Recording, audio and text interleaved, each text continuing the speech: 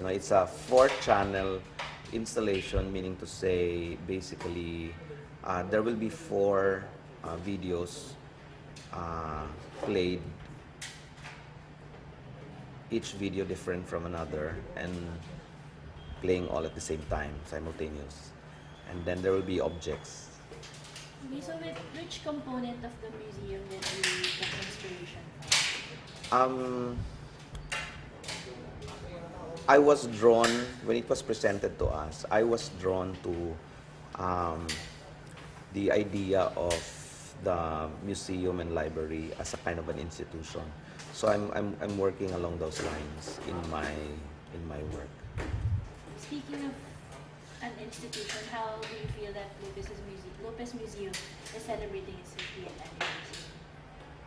Well, una-una, it's commendable that they've actually survived all of these years. No, they opened in 1960, and they continue to prevail until today. Given the times after the 1960 to the present, where in our history were quite tumultuous, no? Especially in the 60s, in the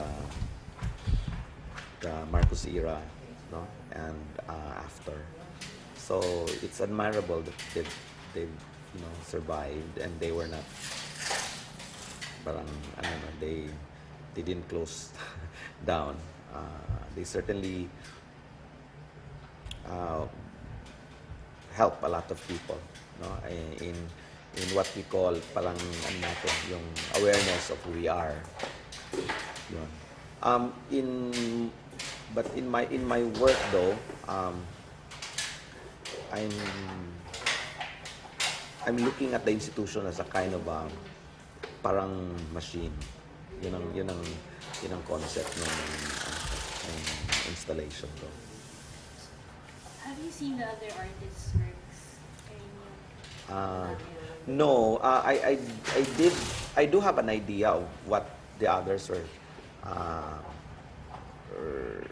planning to do, no? But some of them are performance, and some of them objects.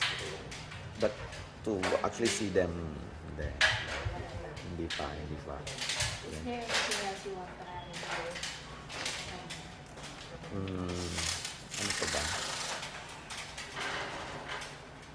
Siguro yung elaboration ng concept nung ano ko is, as I was saying, it's like a machine, di ba? The institution is like a machine, and like all, it's a very complex machine, and like all machines, it performs rather certain functions or a series of functions, and machines do need fuel to be able to generate power, to be able to perform its function. So that kind of idea is the one that actually informs on how the material I use in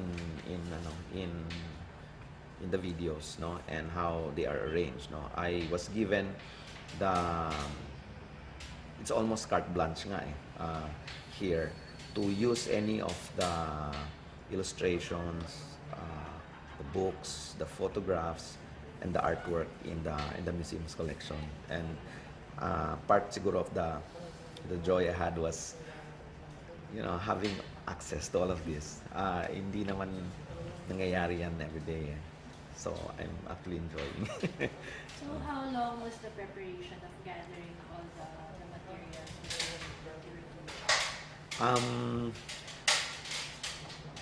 I was contacted by the curators first week of January, and immediately I immersed myself into work, gathering photographs, photo reproductions of artworks, going through books, especially the rare books, and yung photograph collections and albums. It took quite a while for me to choose what would go into the work, because all of them are quite very interesting, no? But then you have to make certain decisions. Hanggang ngayon, no, I'm almost finished with gathering all the materials for my work. I'm still um, researching. I'm still looking at certain pieces that will find in the hope that it will find its way into the work. Is there like a particular favorite or parang really interesting material that you stumbled upon? One photograph really struck me. This is from from an album called 221 Views of Manila and the Philippine Islands. No, it's the photographer is unknown. The publisher of the album is unknown. No, but it's a picture that shows Filipinas in their traditional saya outside the church, selling images, religious images, and scapulars and all of those things with me. And I think parang it informed my installation very much, no. Yung ano pala, yung idea ko na installation, I wanted to go beyond the idea of the museum as a place where people go to and contemplate works of art. Ganon, a kind of a passive contemplation. I wanted to focus more on the possibilities, no, of people, even ordinary people, to actually participate in what the museum does, which is a kind of a cultural formation or information. And so an important aspect of what I'm doing is really kind of an interactivity. The piece I'm doing is not supposed to be looked at from a distance as you would, no? But I was hoping to create something where people can actually sit on it. You know, it's like it's part of the furniture, and I feel kasi na like museums and everything else, no, that it represents should be accessible to everyone, not just to a few, no? Or maybe to correct myself, I think there is that intent, but baka mas maganda kung if there is more effort put into, I think, drawing people in, especially outside of yung the academic context, no? Even, you know, that people would just find it as probably, if you like, entertaining or worthwhile to go around the museum the way they would probably go around a park or probably window shopping. A kind of almost a kind of an everyday thing. I think that would be nice. So you think that museums have or should make an effort to reach out to not just like the academy, but for example to the masses, to make themselves or to promote themselves? I think museums actually do that, no? Lopez including, no? There are actually efforts that are being done.